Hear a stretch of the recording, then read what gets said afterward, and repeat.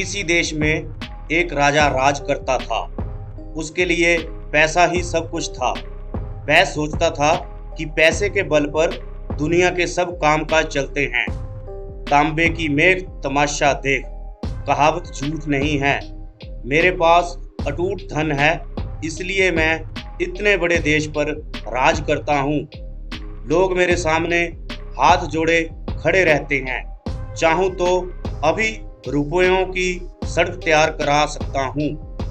आसमान में सिर उठाए खड़े इन पहाड़ों को खुदवाकर फिकवा दूँ। पैसे के बूते पर मेरे पास एक जबरदस्त फौज है।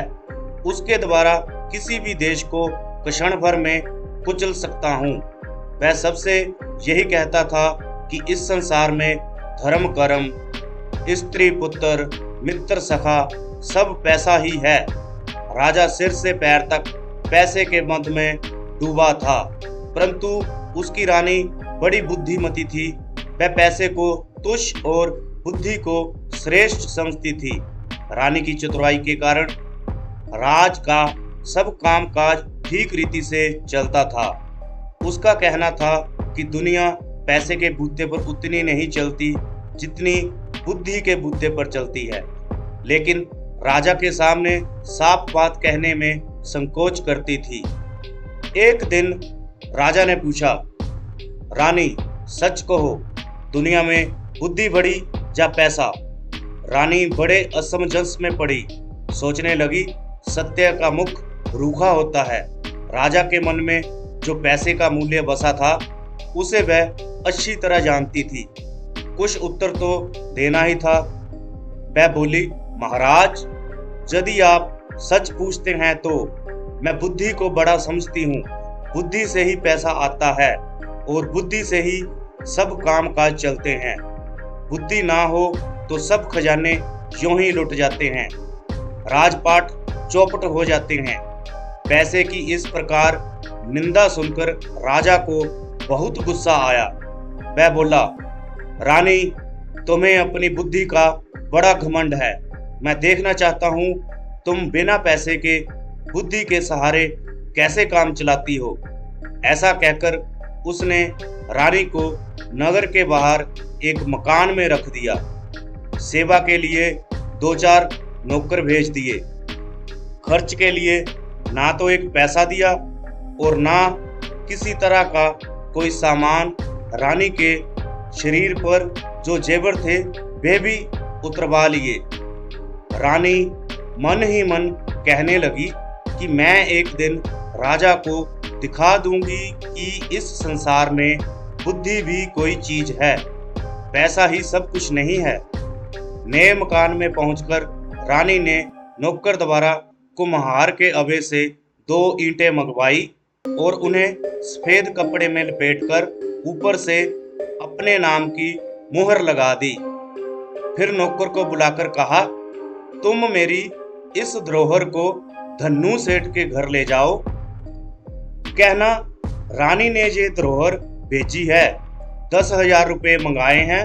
कुछ दिनों में तुम्हारा रुपया सूद के साथ लौटा दिया जाएगा और धरोहर वापस कर ली जाएगी।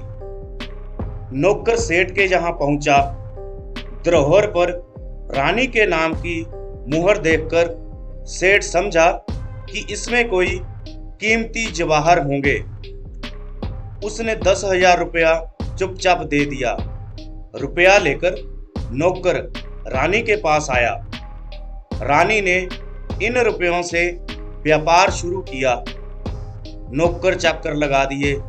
रानी देखरेख करने लगी। थोड़े ही दिनों में उसने इतना पैसा पैदा कर लिया कि सेठ का रुपया चुकता गया और काफी पैसा बच गया। इस रुपए से उसने गरीबों के लिए मुफ्त दवाखाना, पाठशाला तथा अनाथालय खुलवा दिए। चारों ओर रानी की जय जयकार होने लगी। शहर के बाहर रानी के मकान के आसपास बहुत से मकान बन गए और वहां अच्छी रौनक रहने लगी। इधर रानी के चले जाने पर राजा अकेला रह गया। रानी थी तब वह मौके के कामों को संभाले रहती थी, राजकाज में उचित सलाह देती थी।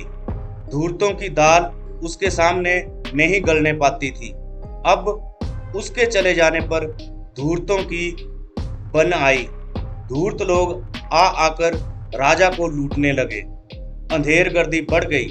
नतीजा यह हुआ कि थोड़े ही दिनों में खजाना खाली हो गया। स्वार्थी कर्मचारी राज्य की सब आमदनी हड़प जाते थे। अब नौकरों का वेतन चुकाना कठिन हो गया। राज्य की ऐसी दशा देख राजा घबरा गया। वह अपना मन बहलाने के लिए राजकाज मंत्रियों को सौंपकर देशाटन के लिए निकल पड़ा। जाते समय नगर के बाहर ही उसे कुछ ठग मिले। उनमें से एक काना आदमी राजा के पास आकर बोला, महाराज, मेरी आंख आपके यहाँ 2000 में गिरवी रखी थी। वादा हो चुका है। अब आप अपने रुपए लेकर मेरी आंख मुझे वापस कीजिए। राजा बोला, भाई, मेरे पास किसी की आंख वांख नहीं है, तुम मंत्री के पास जाकर पूछो। ठग बोला, महाराज, मैं मंत्री को क्या जानूं, मैंने तो आपके पास आंख गिरवी रखी थी, आप ही मेरी आंख दें। जब बात ही फसल खाने लगे तब रक्षा का क्या उपाय। आप राजा हैं, जब आप ही इंसाफ ना करें तो दूसरा कौन करेगा। आप मेरी आंख ना देंगे तो आपकी बड़ी बदनामी होगी। राजा बड़ा परेशान हुआ। बदनामी से बचने के लिए उसने जैसे तैसे 4000 रुपये देकर उसे विदा किया। कुछ दूर आगे चला था कि एक बूढ़ा आदमी उसके सामने आकर खड़ा हो गया। पहले के समान वह भी कहने लगा, महाराज, मेरा एक कान आपके जहां गिरवी रखा था, रुपया लेकर मेरा कान मुझे वापस कीजिए। राजा ने उसे भी रुपया देकर विदा किया। इस प्रकार रास्ते में कई ठग आए और राजा से रुपया ऐंठकर चले गए। जो कुछ रुपया पैसा साथ लाए थे वह ठगों ने लूट लिया। वह खाली हाथ कुमारी चौबेला के देश में पहुंचे। कुमारी चौबेला उस देश की राजकन्या थी। उसका प्रण था कि जो आदमी मुझे जुए में हरा देगा उसी के साथ विवाह करूंगी। राजकुमारी बहुत सुंदर थी। दूर दूर के लोग उसके साथ जुआ खेलने आते थे और हार कर जेल की हवा खाते थे। सैकड़ों राजकुमार जेल में पड़े थे। मुसीबत के मारे जय राजा साहब भी उसी देश में आ पहुंचे। चौबेला की सुंदरता की खबर उनके कानों में पड़ी तो उनके मुंह में पानी भर आया। उनकी इच्छा उसके साथ विवाह करने की हुई। राजकुमारी ने महल से कुछ दूरी पर एक बंगला बनवा दिया था। विवाह की इच्छा से आने वाले लोग इसी बंगले में ठहरते थे। राजा भी उसी बंगले में जा पहुंचा। पहरेदार ने तुरंत बेटी को खबर दी। थोड़ी देर बाद एक तोता उड़कर आया और राजा की बाह पर बैठ गया। उसके गले में एक चिट्ठी बंधी थी जिसमें विवाह की शर्तें लिखी थी। अंत में यह भी लिखा था कि यदि तुम जुए में हार गए तो तुम्हें जेल की हवा खानी पड़ेगी। राजा ने चिट्ठी पढ़कर जेब में रख ली। थोड़ी देर बाद राजा को राजकुमारी के महल में बुलाया गया। जुआ शुरू हुआ और राजा हार गया। शर्त के अनुसार वह जेल भेज दिया गया। राजा की हालत बिगड़ने लगी और नगर छोड़कर चले जाने का समाचार जब रानी को मालूम हुआ तो उसे बहुत दुख हुआ। राजा का पता लगाने वह भी पद देश को निकली। कुछ ही दूर चली थी कि वही पुराने ठग फिर आ गए। सबसे पहले वही काना आया। कहने लगा, रानी साहब, आपके पास मेरी आंख 2000 में गिरवी रखी थी। आप अपना रुपया लेकर मेरी आंख वापस कर दीजिए। रानी बोली, बहुत ठीक, मेरे पास बहुत से लोगों की आंखें गिरवी रखी हैं, उन्हीं में तुम्हारी भी होगी। एक काम करो, तुम अपनी दूसरी आंख निकाल कर मुझे दे दो। उसके तौल की जो आंख होगी वह तुम्हें दे दी जाएगी। रानी का जवाब सुनकर ठग की नानी मर गई। वह बहुत घबराया। रानी बोली, देर मत करो, दूसरी आंख जल्दी निकालो, उसी के तौल की आंख दे दी जाएगी। ठग हाथ पैर जोड़कर माफी मांगने लगा। बोला, सरकार, मुझे आंख वांख कुछ नहीं चाहिए, मुझे जाने की आज्ञा दीजिए। रानी बोली, नहीं, मैं किसी की धरोहर अपने पास रखना उचित नहीं समझती।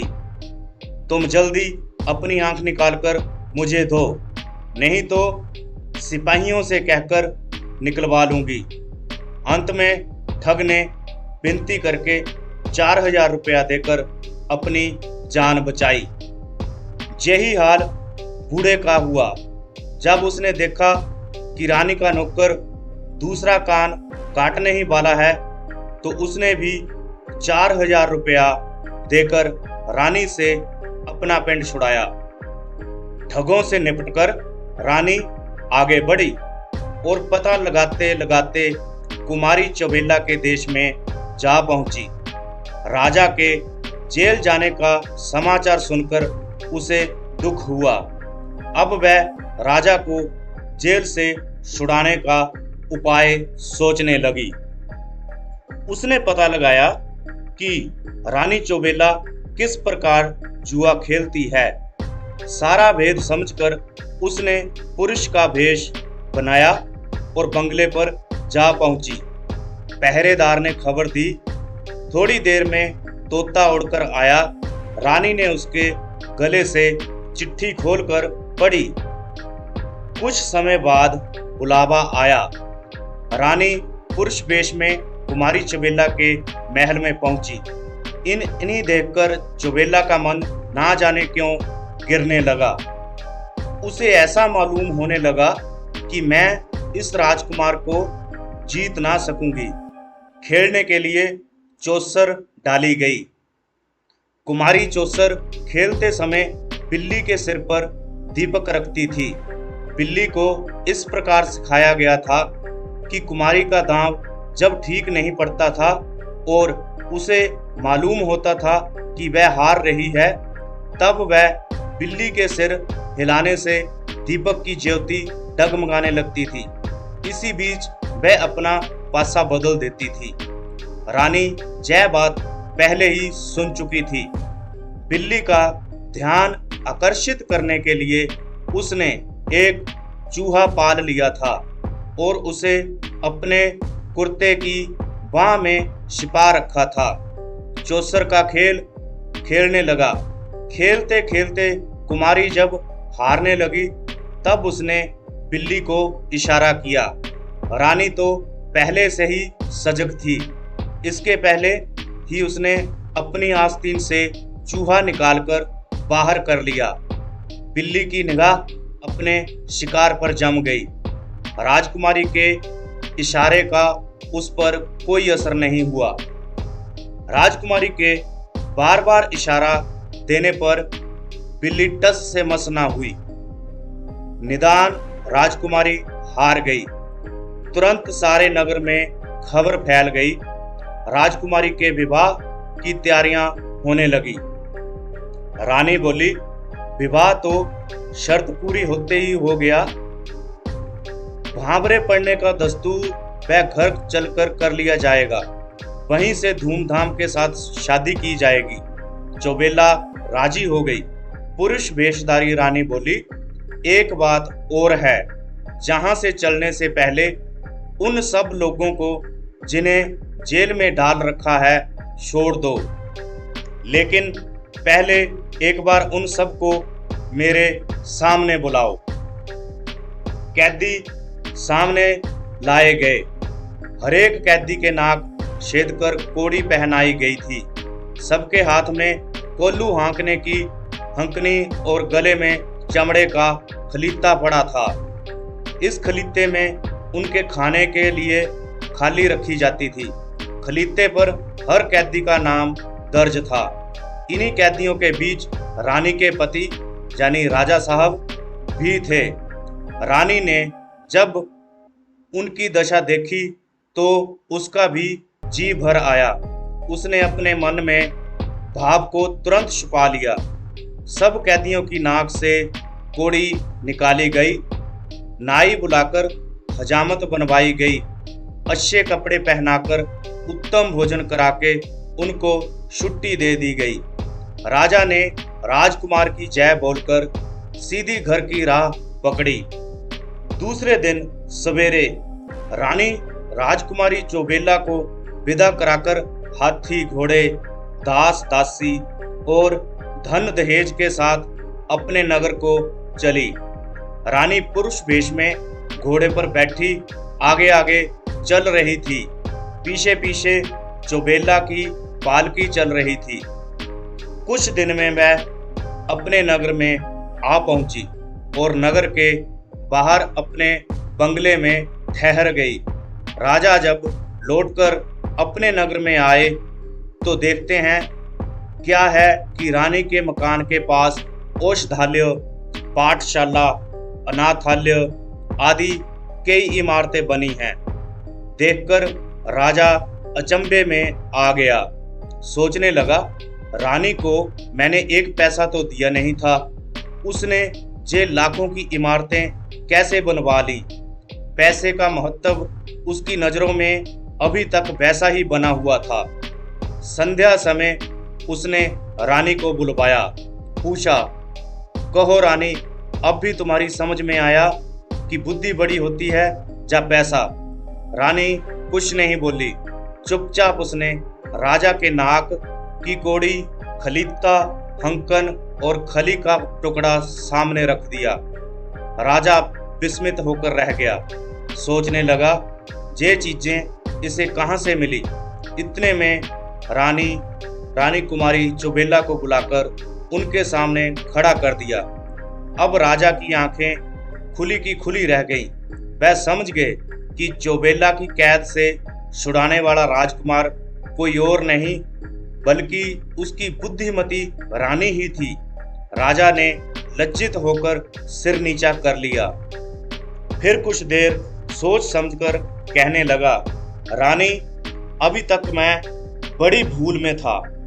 तुमने मेरी आंखें खोल दी। अभी तक मैं पैसे को ही सब कुछ समझता था, पर आज मेरी समझ में आया कि बुद्धि के आगे पैसा कोई चीज नहीं है। शुभ मुहूर्त में चोबेला का विवाह राजा के साथ धूमधाम के साथ हो गया। दोनों रानियां हिल मिलकर आनंद पूर्वक रहने लगी। इससे हम सोच सकते हैं कि पैसे से बड़ी बुद्धि होती है।